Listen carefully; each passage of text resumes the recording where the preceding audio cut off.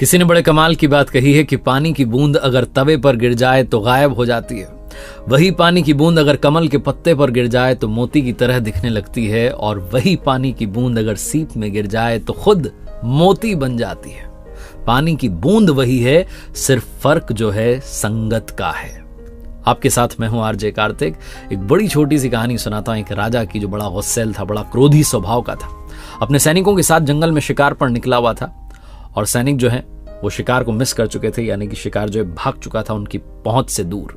इस बात पर राजा बहुत गुस्सा हुआ कि तुम लोग भटक गए और तुमने जो है शिकार को जाने दिया। इतना अच्छा शिकार हमें मिला था और वो जानवर अब निकल गया, अब कहां से आएगा। बहुत गुस्सा करने लगा राजा।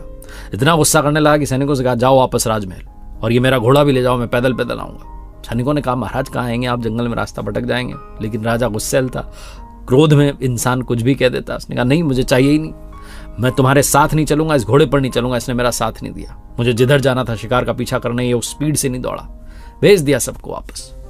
राजा अब अकेला पैदल पैदल आने लगा। धनुष बाण उसने अपने साथ लिए हुए थे क्योंकि सुरक्षा तो चाहिए।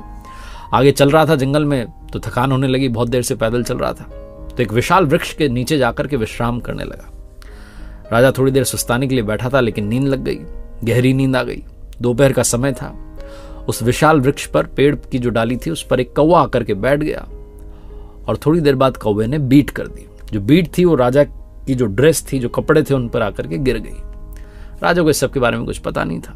थोड़ी देर बाद कौवा उड़ करके चला गया और कमाल देखिए कि उसी डाली पर आकर के कुछ देर के बाद में एक हंस बैठ गया। हंस जब आकर के बैठा तो हंस भी थोड़ी देर सुस्ताने लगा। शाम होने को आई और राजा की इस बीच में नींद खुल गई। तो राजा ने देखा कि उसके कपड़े गंदे हो चुके हैं, ड्रेस गंदी हो चुकी है। तो उसने आओ देखा ना ताओ, ऊपर देखा सबसे पहले तो हंस दिखाई दिया।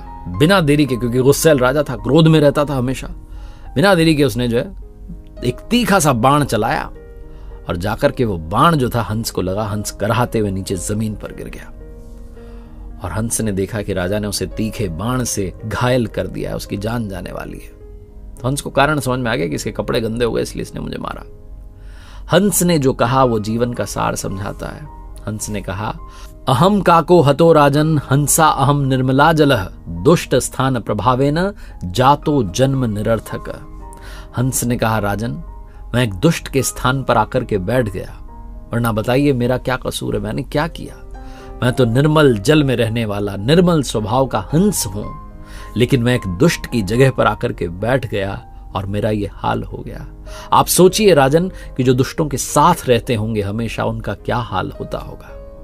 हंस के प्राण जा रहे थे, राजा क्षमा मांग रहा था, लेकिन क्या कर सकता था। हंस ने प्राण त्याग दिए और जाते जाते राजा को बड़ी बात सिखाई कि दुष्टों की संगति से बचिए।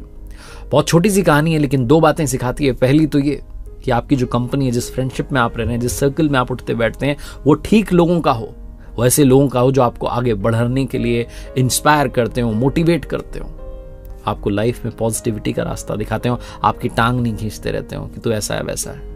ये कहते हो कि आप अच्छा कर सकते हैं, आप बड़े सपने देखिए, उनके लिए मेहनत कीजिए।